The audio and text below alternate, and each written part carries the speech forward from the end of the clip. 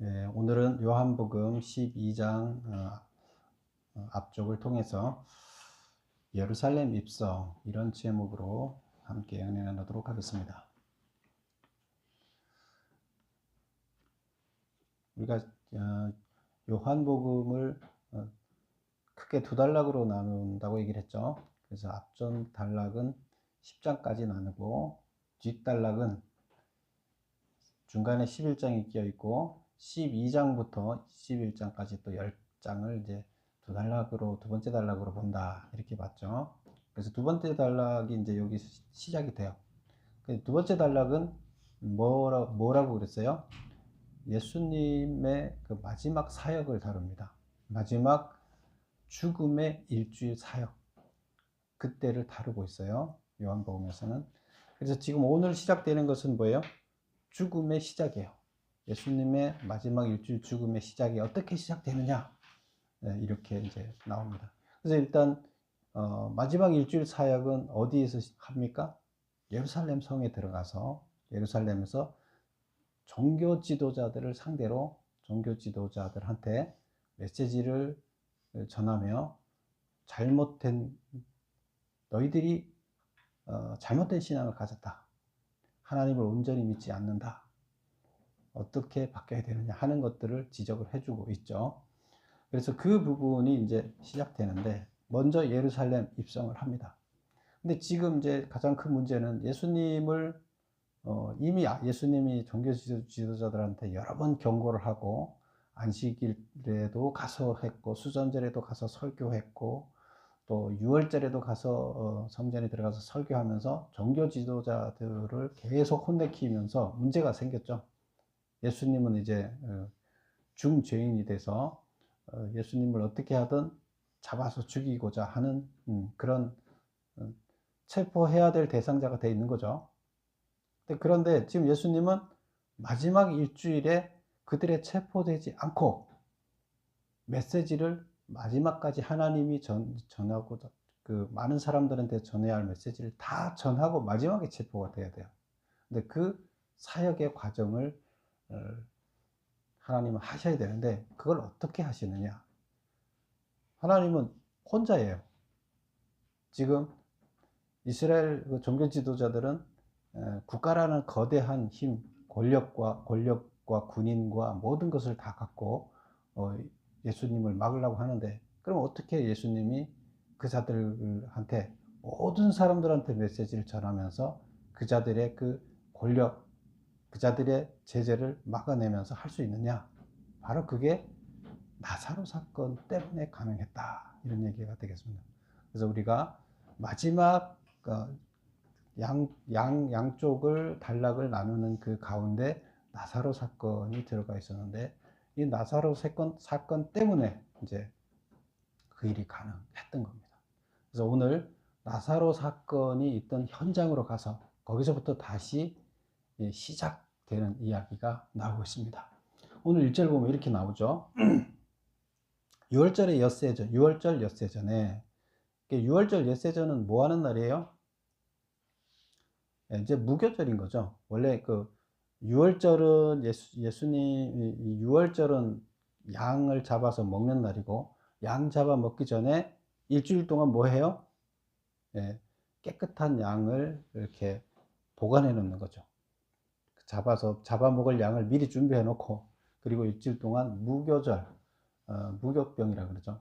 그래서 무교병이라는 것은 발효되지 않은 그런 떡이 무교병이죠. 그래서 발효되지 않은 떡을 먹는 그 행사를 하는 것이 일주일 동안 있습니다. 그래서 그 일이 시작됐다는 얘기예요. 그 기간이라는 거예요. 무교절 기간이다.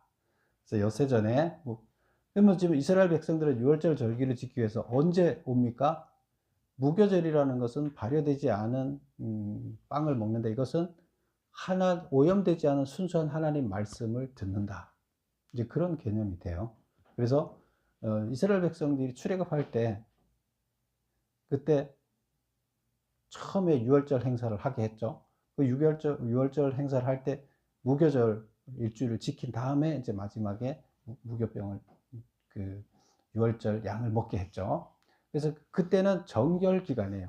자기들을 말씀으로 정결하게 하는 기간인데, 정결하게 한 다음에 어린 양을 잡아서 자기 죄를 대신 지게 하고 죽이고 자기가 깨끗해지는 그 과정이에요. 그래서 그 과정 일주일 동안이 정결 기간이에요. 무교절 기간이. 지금 그 기간이라는 거예요. 엿새 전이다. 이런 얘기는. 그래서 그러면 이때는 전 세계에서 디아스포라들이 다 몰려온다 그랬죠. 그리고 지방에 있는 이스라엘 백성들이 다 흘러왔어요. 왜? 그렇게 절기를 지켰기 때문에. 그래서 여기 백성들이 꽉 차 있고 군중들이 꽉 차 있고 예루살렘 성에 다 못 찼기 때문에 베단이 있는 성까지도 베다니 성까지 2km밖에 안 되는데 거기도 사람들이 꽉 나래 위로 숙박을 하고 있는 그런 상태죠. 근데 예수님은 지금 여기 보면 예수께서 베다니에 이르시니 베다니에 찾아가셨어요. 그곳은 예수께서 죽은 자 가운데 살리신 나사로가 있는 곳이라. 거기서 예수를 위하여 잔치할세. 그래서 예수를 위해서 왜 잔치를 할까요? 예수님이 그 나사로를 살렸으니까 그거에 대한 감사의 잔치를 베풀고 초대한 거예요. 누가? 나사로 그 가족들이. 그래서 예수님 감사의 잔치를 베풀고 살렸으니까 나에서 죽은 자를 살렸잖아요. 감사 잔치를 베푸는데 초대를 한 거예요. 예수님이 거기 간 거예요. 그래서 나사로가 있는 곳이라. 거기서 예수를 위하여 잔치할세. 마르다는 일을 하고 나사로는 예수와 함께 앉은 자 중에 있더라. 메모 1번 한번 볼까요? 6월절 엿새째는 예수님이 베다니로 오신 이유는 뭔가? 외관상으로는 감사잔치에 초대받고 나사로의 집을 방문한 거예요. 형식적으로는, 밖으로는. 그런데 실제적으로는 예수님은 왜 실제적으로 거기를 가셨냐? 잔치에 뭐 가도 되고 안 가도 되는데 그 잔치는 어떤 절차가 베풀어지는 건데 마지막 유월절 행사를 시작하기 위하여 방문했다. 마지막 유월절 행사를 여기서부터 시작하는 거예요, 예수님이. 그래서 거기서 시작하기 위해서 출발점으로 거기에 갔는데 형식적으로는 잔치에 초대하는 방식으로 가게 됐다는 거죠. 2번 보겠습니다. 그 잔치 자리에서 마리아가 행한 일은 뭐냐? 마리아는 누구라 그랬어요? 3남매 중에 제일 막내 그 자매죠. 그리고 지극히 비싼 향유 곧 순전한 나드 한 근을 가져다 예수님의 발에 붓고 자기 머리털로 그의 발을 닦으니 향유 냄새가 집에 가득하더라. 그래서 옥합을 깨뜨렸다 이렇게 하는데 지금 이 양이 얼마나 돼요?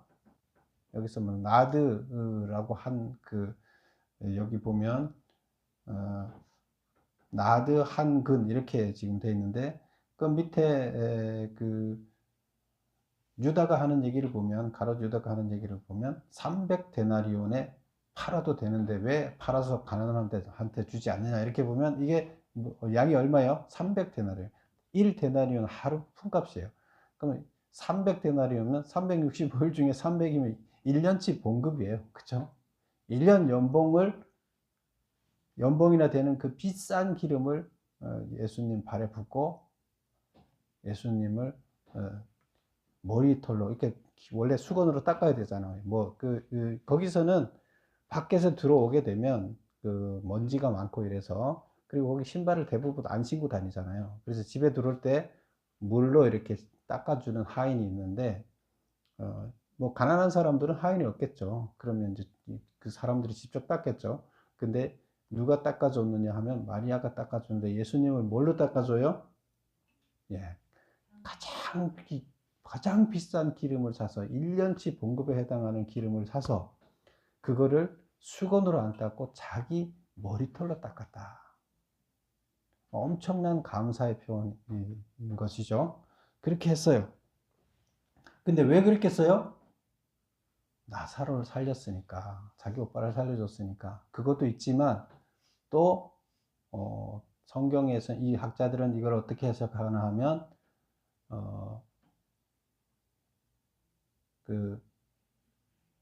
이 앞전에 보면 그런 얘기가 있죠.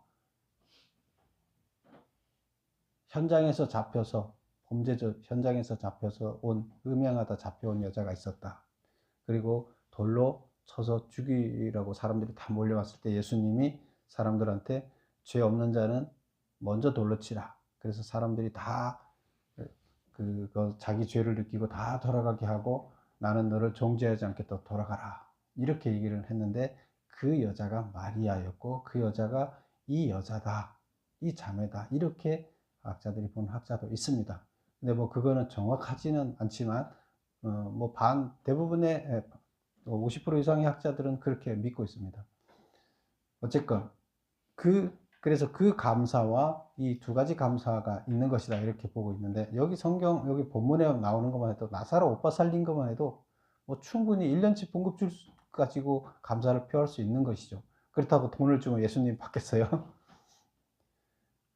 그래서 이렇게 감사를 표현하기 위해서 예수님을 잔치에 초대했고 감사 의식을 행했다. 그 다음 보면 마리아의 행동에 대한 가롯 유다의 반응은 저자는 유다의 반응에 대해서 어떻게 평가를 하는가. 그래서 그 4절에 보면 제자 중 하나로서 예수를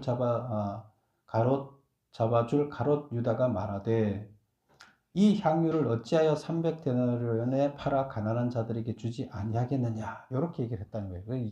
혼을 내키는 거죠. 이 비싼 것을 그냥 물로 떠다 씻으면 되는데 왜 그걸 가지고 비싼 걸 이렇게 허비하느냐 낭비하느냐 가난한 자에 줬으면 얼마나 많은 사람들이 이 구제를 받겠냐 이제 이렇게 혼을 내키는 거죠. 누가 예수 제자 중에 12제자 중에 한 명인 가롯 유다가 그랬다는 거죠. 이때 가롯 유다는 제일 똑똑하다 그랬죠. 숫자도 제일 빠르고 공부도 제일 많이 하고 애국자였고 그래서 뭘 하고 있어요? 이 사람이 총무를 맡고 있어요. 회계를 맡고 있어요. 거기서. 그런데 요한은 이걸 어떻게 해석하느냐? 이 사람이 한 말의 속뜻은 겉으로는 그렇게 했겠지만 속뜻이 뭐라고 하나 하면 6절에 보면 이건 요한의 해석입니다. 같은 12제자 중에 같이 있었잖아요. 그 자리에. 이렇게 말하면 그 사람이 그렇게 말한 것은 유다가 가난한 자들을 생각함이 아니요 그는 도둑이라 돈깨를 맞고 거기 넣는 것을 훔쳐감이라. 이 회계를 맡고 있었는데 회계가 돈이 거기 많이 들어오면 그 회계가 자기가 빼뜨려서 자기가 도둑질해서 자기 용도로 쓴다는 거예요. 그래서 그러기 위해서 돈이 많이 들어오면 자기가 쓸 게 많아지잖아요. 요한의 해석이에요. 12제자 중에 한데 그럼 제자들이 다 야 저놈이 회계인데 저놈이 중간에서 돈을 떼먹고 있다는 거예요. 예수님 이렇게 공생애를 하면서 같이 모여 다녔잖아요. 그럼 돈이 생기면 예수님이 밥 먹을 수 있게끔 이렇게 뭐 돈이 이렇게 모아지면 그걸 같이 밥 먹고 했겠죠. 근데 회계가 이렇게 돈을 떼먹었다는 게 이제 여기서 대충 느낌이 오죠. 예수님이 요한이 이렇게 지금 표현하는 거 보면 4번 보겠습니다. 예수님은 마리아의 기름 부음을 어떻게 해석했는가? 그렇게 이제 요한은 이렇게 해석했고 그러면 예수님은 이제 그때 어떻게 해석을 했느냐? 7절을 볼까요? 예수께서 이르시되 그를 가만두어 나의 장례할 날을 위하여 그것을 간직하게 하라. 예수님은 지금 이제 일주일 후에 죽는 거 본인은 다 알고 계시죠. 그리고 마지막 죽음의 과정 일주일이 가장 중요한 사역을 행해야 할 시기예요. 그래서 예수님은 온통 가장 중요한 사역 일주일 동안이 고통도 가장 심하지만 중요한 메시지도 전해야 되고 중요한 역할을 해야 돼요. 이 죽음으로 인해서 모든 사람들의 죄를 사하는 일이기 때문에 대단히 중요해요. 근데 누군가가 그 죽음을 막아도 안 되겠죠. 예수님은 그 죽음을 반드시 죽어야 돼요. 중요한 일주일이에요. 그런데 예수님은 죽음에 대해서 충분히 생각을 하고 있는 건데 이렇게 말합니다. 가만두어라 나의 장례할 날을 위하여 그것을 간직하게 하라. 간직하게 하라는 것은 뭐 기름을 보관하라는 얘기일까요? 그 장면 우리는 그걸 영상으로 남기잖아요. 그런데 지금 장례식에 사용할 장면으로 그거를 간직하라는 거예요. 그럼 이걸 장례식으로 간주하자는 얘기예요. 그 얘기는 장례식장에서 한 행위로 간직하자 이런 얘기가 되는 거예요. 그럼 장례식장에서 뭘 하겠어요? 장례식장에서는 염을 하죠. 그래서 깨끗이 씻고 거기다가 이 나라에서는 냄새가 안 나게끔 비싼 향유를 갖다 다 이렇게 치장을 하게 됩니다. 이게 마지막 베풀 수 있는 죽은 자한테 베풀 수 있는 가장 큰 뭐라 그래요? 혜택이죠. 그래서 정결의식이죠. 마지막 가장 귀한 정결의식이 되는 거예요. 예수님은 장래의 나를 위하여 그것을 간직하게 하라. 가난한 자들은 항상 너희와 함께 있거니와 나는 항상 있지 아니한다. 그래서 나는 일주일 있다가 죽으니까 나 장래를 위해서 한 사람이 나한테 나 장래의 정결 예식으로 자기 1년치 봉급을 갖다가 나한테 봉헌한 거다. 나는 그렇게 받을 거다. 그러니까 그걸 간직해라. 이제 그런 얘기가 되겠습니다.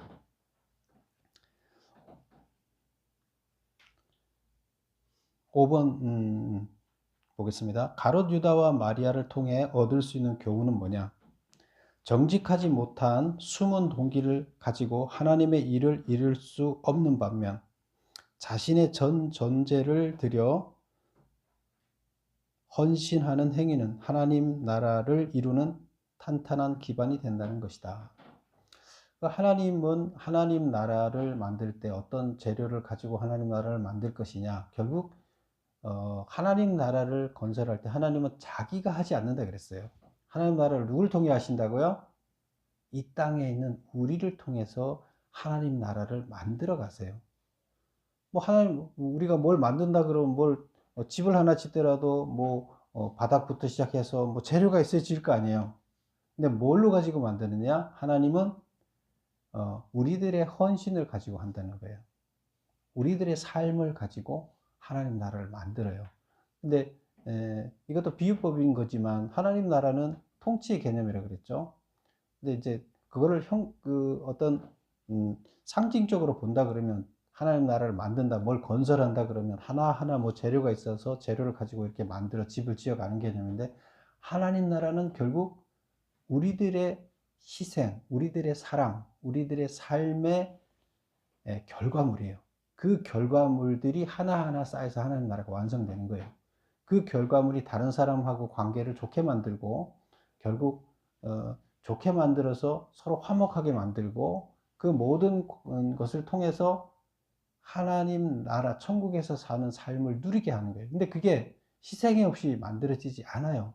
희생이라는 재료가 필요한 거예요. 사랑이라는 재료가 필요한 거예요. 그 재료가 하나님 나라로 만들어지는 재료예요. 어떤 물질이 아니라 삶이에요. 우리들의 생각과 삶. 근데 지금 이 물질을 드린 자체를 보고 귀하게 생각한다는 게 아니라 이 사람의 그 감사하는 마음, 이것을 하나님께서는 받고 그걸 하나님 나라의 재료로 쓰겠다는 거예요. 그런 개념이 됩니다. 그래서 지금 가롯 유다가 생각하고 있는 것은 가난한 사람들을 도와서 하나님 나라를 건설한다고 하지만 솔직히 지금 여기 요한이 얘기한 거에 의하면 가롯 유다가 생각하는 것은 진짜요 아니에요? 가난한 자들을 위해서 나눠준다 그러면 그것도 하나님 나라의 재료가 되겠죠. 근데 그럴 뜻이 아니라 뒤로 돈 빼먹기 위해서 헌금해라고 이렇게 얘기를 했다는 거예요. 그래서 그것은 하나님 나라에 기여하는 것이 아니라는 거예요. 그런데 지금 그 감사한 마음을 담아서 드린 그 감사는 하나님 나라를 만드는 재료라는 거예요. 그래서 마르다가 한 마음의 상태는 천국의 재료가 돼요. 그러나 지금 가롯 유다가 말한 그 말은 그 사람이 말한 그 생각은 하나님 나라의 재료가 안 돼요. 그 얘기를 하는 겁니다.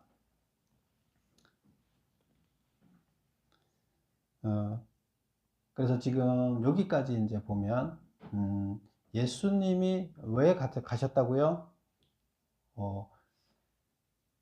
중요한 마지막 사역을 시작하는 출발점으로 여기를 가셨다. 잔치집에 가셨는데, 근데 거기에서 이 마지막 일주일의 사역에 가장 중요한 것은 죽는 것인데, 죽고 다시 부활하고 하는 것인데, 그 죽으러 가는 현장에 가장 하나님 예수님 사역의 핵심은 죽음이에요. 근데 그 죽음의 핵심을 깨뚫고 그 죽음을 정결케 하는 예식을 한 자가 마리아예요. 그래서 그 정결 의식을 거기에서 받고 시작을 하시는 거예요. 근데 그때 당시 아무도 해줄 사람이 없기 때문에 미리 하나님께서는 예수님한테 그 의식을 행하게 하신 거예요. 누군가를 통해서. 하나님은 그 사람을 얼마나 가슴 기특하게 생각하겠어요.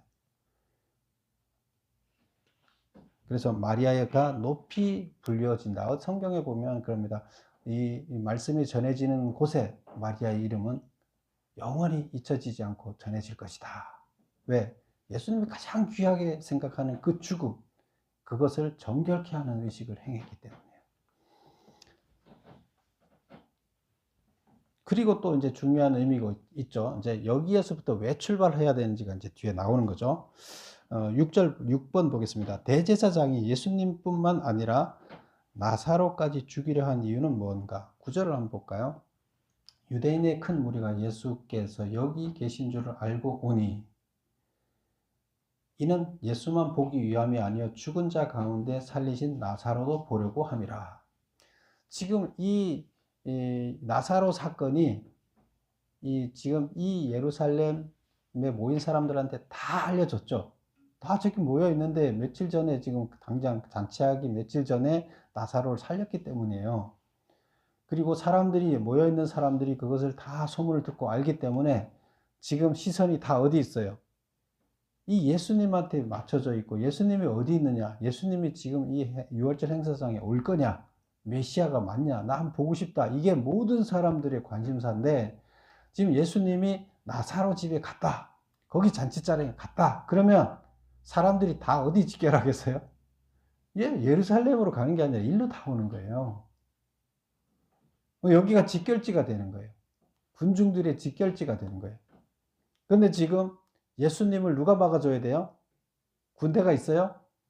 군중들이 막아줘야 돼요. 군중들이 군인들을 막아내야 되는 거예요. 그거를 여기서부터 시작을 해요. 6월절에 모인 군중들은 죽은 자를 살리신 예수님과 살아난 증거인 나사로를 직접 보고자 몰려들었다. 대제사장들은 증거물을 제거하기 위해 나사로를 죽이려고 하였다. 그렇죠? 나사로도 죽여 없애야 되는 거예요. 그 살아난 생생한 증거잖아요. 그래서 예수님을 여기 9절에 보면 예수님을 보기 위해서 예수님만 보기 위함이 아니요 나사로까지 보기 위해서 사람들이 다 이쪽으로 집결했다는 얘기가 되는 것이고 10절 대제사장이 나사로까지 죽이려고 할 수밖에 없는 거죠. 때문에 11절 나사로 때문에 많은 유대인이 가서 예수를 믿습니다. 여기 모여갖고 다 예수를 믿는 거예요. 예수 제자가 다 되는 거예요. 이건 뭐 유대 종교 지도자들은 자기들의 설 자리는 하나도 없어진 거죠. 이제 이런 상황이 됐습니다. 예수님이 3년 동안 공생을 하면서 마지막 일주일 공생을 하는 동안에 가장 큰 사건이 바로 나사로를 살리신 이 특이한 그 사건인 거였죠. 그 다음에 보겠습니다. 이제 예루살렘으로 이제 이 군중들이 다 모인 이 상태에서 군중들과 같이 어디로 가는 거예요? 예수님이 혼자 가는 거예요. 혼자 가는데 예수님이 뭐 군중들 가자 해서 가는 게 아니에요. 예수님 혼자 가요. 그런데 군중들이 다 지금 그 예루살렘까지 그 길에 쫙 다 서 있겠죠. 지금 다 서 있는 군중들이 예수님을 향해서 환호를 지르는 거예요. 야, 저분이 메시아다. 죽은 자를 살렸다. 우리를 이제 구원할 자다. 난리가 난 거죠. 17절 보겠습니다. 비열한 유대 지도자들의 음모에 대해, 음모라는 게 뭐예요? 죽이려고 하는 거죠. 음모에 대해 예수님께서는 어떻게 대처했는가? 나사로 사건으로 인해 예수를 추종하게 된 군중들이 종려나무 가지를 들고 환영하려 몰려들었는데 이 군중과 함께 유대 지도자들의 비열한 음모를 막으셨다. 그래서 예수님은 군중들을 오라 마라 하지도 않았어요. 그냥 잔치자리에 갔고, 예수님도 알고 계시죠? 잔치자리에 가서 다 사람들이 죽은 거 살린 사건 때문에 다 모여 있고 길에도 사람들이 다니지 못할 정도로 쫙 다 도열해 있고 그런 상태에서 예수님은 지금 예루살렘 성전으로 향해서 마지막 사역을 해서 가는 거예요. 거기에 군인들이 와서 감히 백성들은 지금 예수님만 쳐다보고 환호하고 있는데 감히 예수님을 잡아 죽일 수 있어요? 못해요.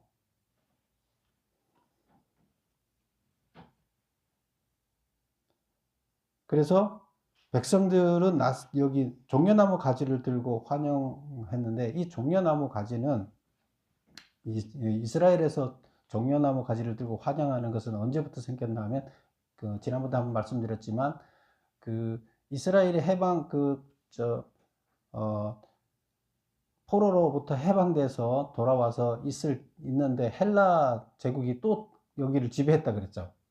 그래서 헬라 제국이 지배를 하게 되면서 헬라 제국 시대에 어떤 일이 있었어요? 헬라 제국 시대에 또 여기를 멸망시키려고 하고 뭐 이런 일이 있었죠.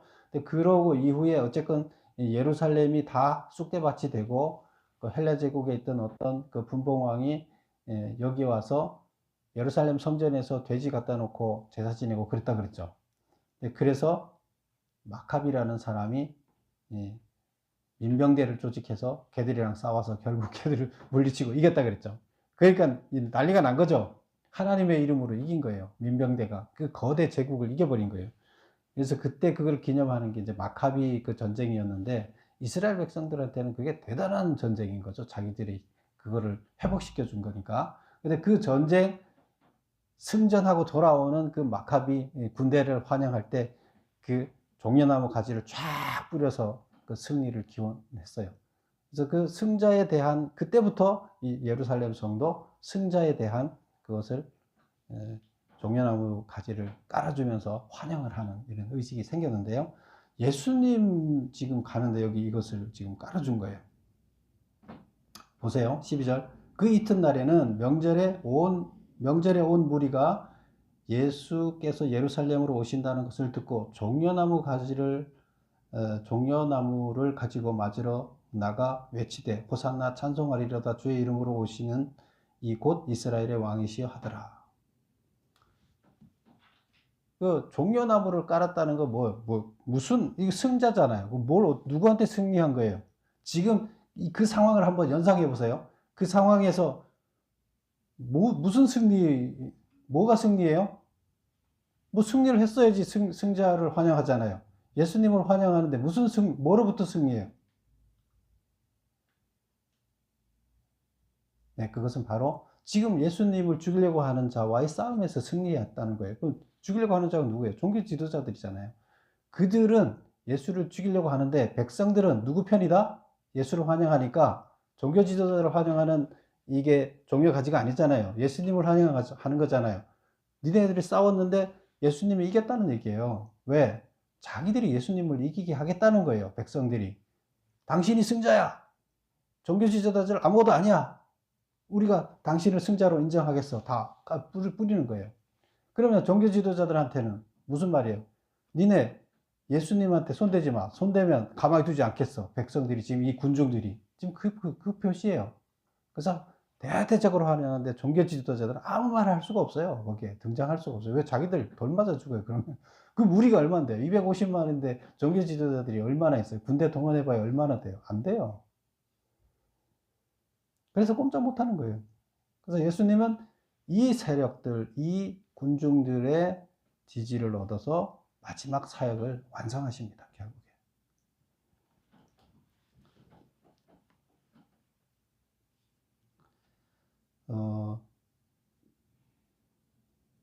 7번에 메모 보겠습니다. 나사로 사건으로 인해 예수를 추종하게 된 군중들이 종려나무를 가지고 들고 환영하여 몰려들었는데 이들 군중과 함께 유대 지도자들의 비열한 음모를 막으셨다. 나사로의 소생은 예수님께서 행하신 마지막 일주일간의 사역을 가능하게 하셨다. 나사로의 그 소생이 대단히 중요한 거예요. 그것 때문에 군중들이 모였고, 그것 때문에 그 군중들의 힘 때문에 예수님 사역을 마지막을 마무리할 수 있었다. 하나님은 참 다양한 희한한 방식으로 예수님의 사역을 완성케 하신 거죠. 8번. 본장에서 예수님의 예루살렘 입성의 의미는 무엇이냐? 어린 나귀를 탄 것은 어떤 의미가 있는가? 여기서 예루살렘 입성은 뭐냐면 자기의 때, 계속 내 때가 아니다 앞에서 나왔었죠. 그 내 때라는 게 뭐라 그랬어요? 예수님이 십자가에 달려 죽으러 오셨기 때문에 그게 하나님이 지금 예수님의 때예요. 마지막 가장 중요한 일을 할 때예요. 자기의 때, 세상 죄를 지고 십자가의 죽음을 당할 때 자기의 때가 왔음을 알리는 공식적인 선포행위예요. 그래서 마귀들은 예수님의 길을 막으려고 하지만 그러나 예수님은 결국 죽음의 길을 당당하게 가서 승리를 해냅니다. 그래서 백성들이 봤을 때는 백성들은 종교 지도자들에게 싸움에서 당신이 이겼어, 우리는 당신들을 지지해, 뭐 이런 의미가 되지만 실제로 하나님 시각에서는 그 뿌려진 그 종려나무 가지는 무슨 의미가 되는 거예요? 하나님의 사역을 막으려 하는 마귀들이 아무리 설쳐봤자 하나님은 백성들은 다른 의미로 뿌렸지만 그 가지를, 종려나무 가지를 통해서 마귀를 이기고 승리한 하나님의 그 승리에 대한 표현이다. 이제 우리는 이렇게 해석할 수가 있는 거죠. 2번, 스가랴는 이스라엘의 왕이 나귀를 타고 거만함이 전혀 없이 겸손히 임하실 것이라고 예언한 바 있다. 이게 스가랴에서 9장 9절에 나오는 이야기죠. 그래서 주께서 유약하고 순결한 나귀 새끼를 타신 것은 왕이신 주님의 겸손함을 나타낸다. 원래 이게 나귀는 큰 말 있잖아요. 큰 말은 높은 사람들이 타요. 근데 평민들은 큰 말이 비싸니까 못 타고 짐을 실어 나르고 뭐 하고 할 때, 멀리 길을 갈 때 다리가 아파서 못 가고 하면 작은 나귀를 타고 다녀요. 나귀는 싸고. 그래서 예수님이 큰 말을 타고 근엄하게 온 것이 아니라 가장 낮은 사람들이 타야 하는 나귀를 타고 들어가셨다. 겸손하게 입성하셨다. 그 종려나무 가지를 깔아놓고 들어가는데 가장 겸손한 자세로 입성하셨다. 이제 이렇게 되겠습니다. 9번 보겠습니다. 제자들은 예수님이 영광을 얻은 후에 깨닫게 되었다라고 기록하고 있다. 영광을 얻은 후란 언제를 말하는가? 무엇을 깨달았다는 건가? 16절 한번 보겠습니다. 제자들은 처음에 이 일을 깨닫지 못하였다. 이 일이라는 것은 뭐예요?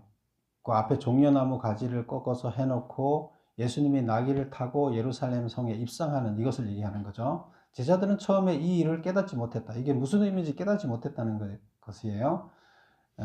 못하였다가 예수께서 영광을 얻으신 후에 이것이 예수에 대한 기록인 것임과 사람들이 예수께 이같이 한 것임을 깨달았다.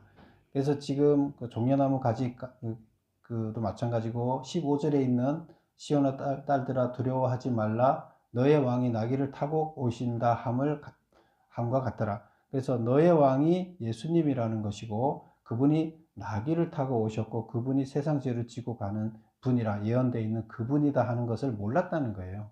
그런데 언제 알게 됐다고요? 언제로 나와요? 영광을 얻으신 후. 영광을 얻었다는 것은 부활하신 후라는 얘기가 돼요. 십자가에 돌아가시고 다시 부활하신 후, 그때 이제 영광을 회복했다. 이제 이렇게 하는데, 돌아가시고 그 후에 뭐가 왔기 때문에 성령이 와서 깨닫게 해줬기 때문에 가능했다는 얘기예요. 그래서 그전에는 이때까지는 이 무슨 일이 일어나는지 이걸 이해를 못했다는 거예요. 이게. 언제 이해했다고요? 성령이 오신 후 예수님이 십자가에 죽을 때도 몰랐고 부활할 때도 몰랐어요. 이게 무슨 의미인지, 죄가 무슨, 예수님이 죽음이 무슨 의미가 있고 우리의 죄와 무슨 관계가 있는지 아무도 못 깨달았어요. 그리고 구약에 나와 있는 그분이 이분인지도 몰랐어요. 제자들도 몰랐는데 군중들이 알겠어요? 그런데 성령이 와서 깨닫게 해줘서 드디어 알았다는 얘기예요.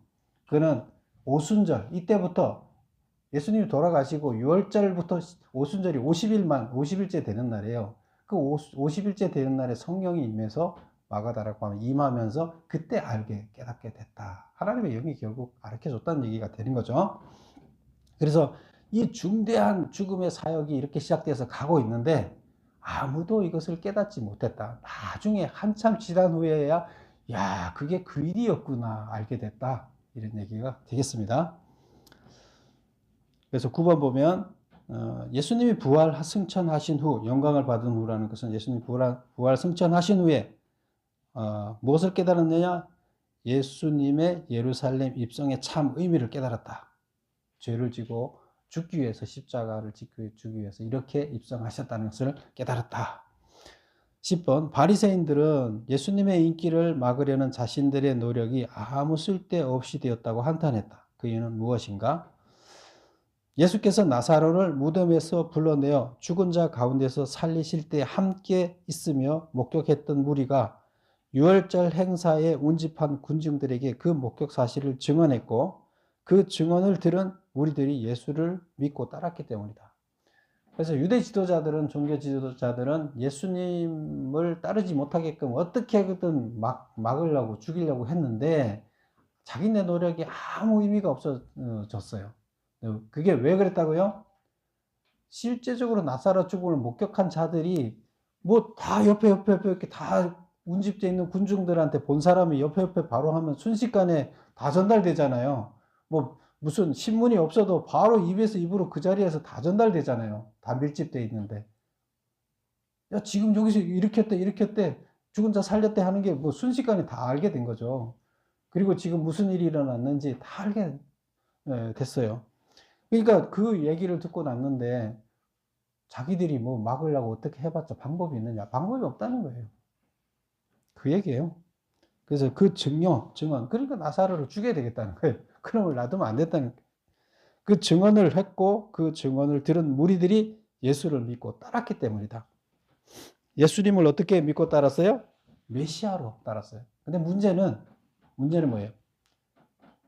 이들을 정치적인 메시아로 봐서 자기들을 로마의 압제로부터 해방시켜 줄 정치적인 지도자로 생각했다는 게 문제예요. 근데 예수님은 실제로 어떤 지도자로 오신 거예요? 정치적인 지도자가 아니라 죄의 문제를 해결하고 죽을 수밖에 없는 영을 구원해 줄 영적 지도자로 오신 거죠. 영의 왕으로 오신, 영의 구세주로, 구원자로 오셨지 정치적인 메시아로 오지 않았어요. 영적인 메시아로 오셨어요. 그게 이제 갭이 컸죠. 자, 마무리를 하겠습니다. 오늘 예수님은 무엇을 시발점으로 삼아서 마지막 사역을 시작했다고요? 나사로의 죽음 사건, 그리고 거기에 감사하는 그 감사의 장, 거기가 시발점이 됐다. 사역의 시발점이 됐다. 근데 감사의 장이라는 헌신을 하는 것이 기름을 부어서 헌신한 것이 예수의 장례식, 가장 귀한 장례식을 준비하는 의식이었는데 예수님은 그것을 감사를 받아서 장례식을 이미 먼저 치르고 그리고 이제 사역을 시작을 한 것이죠. 그리고 군중들, 그 모인 모든 군중들을 이용해서 결국 그들이 예수님을 호위해 줌으로 인해서 지금 예수님을 죽이려 하는 세력들을 차단하면서 호위하는 세력과 종교 지도자들 모두에게 하나님의 메시지를 전하는 그런 마지막 사역을 행할 수가 있었다. 그래서 나사로 사건은 중요한 예수님 사역의 중요한 사역의 시발점이었다. 그래서 우리는 뭘 배워야 됩니까? 우리들의 삶을 통해서 하나님께 어떻게 헌신할까? 우리들의 생각이 하나님의 나라를 만들어가는 하나의 재료예요. 우리들의 감사의 생각이에요. 감사하는 생각이에요. 하나님을 향한 감사, 하나님에 대한 사랑을 느끼고 감사드리는 그것이 바로 오늘 마리아가 느낀 그런 사랑이 하나님 나라의 재료가 되는 거예요. 그것이 우리의 삶으로 표출됐을 때 하나님 나라가 완성되는 겁니다. 우리가 그런 일을 행해야 되겠습니다. 기도하겠습니다.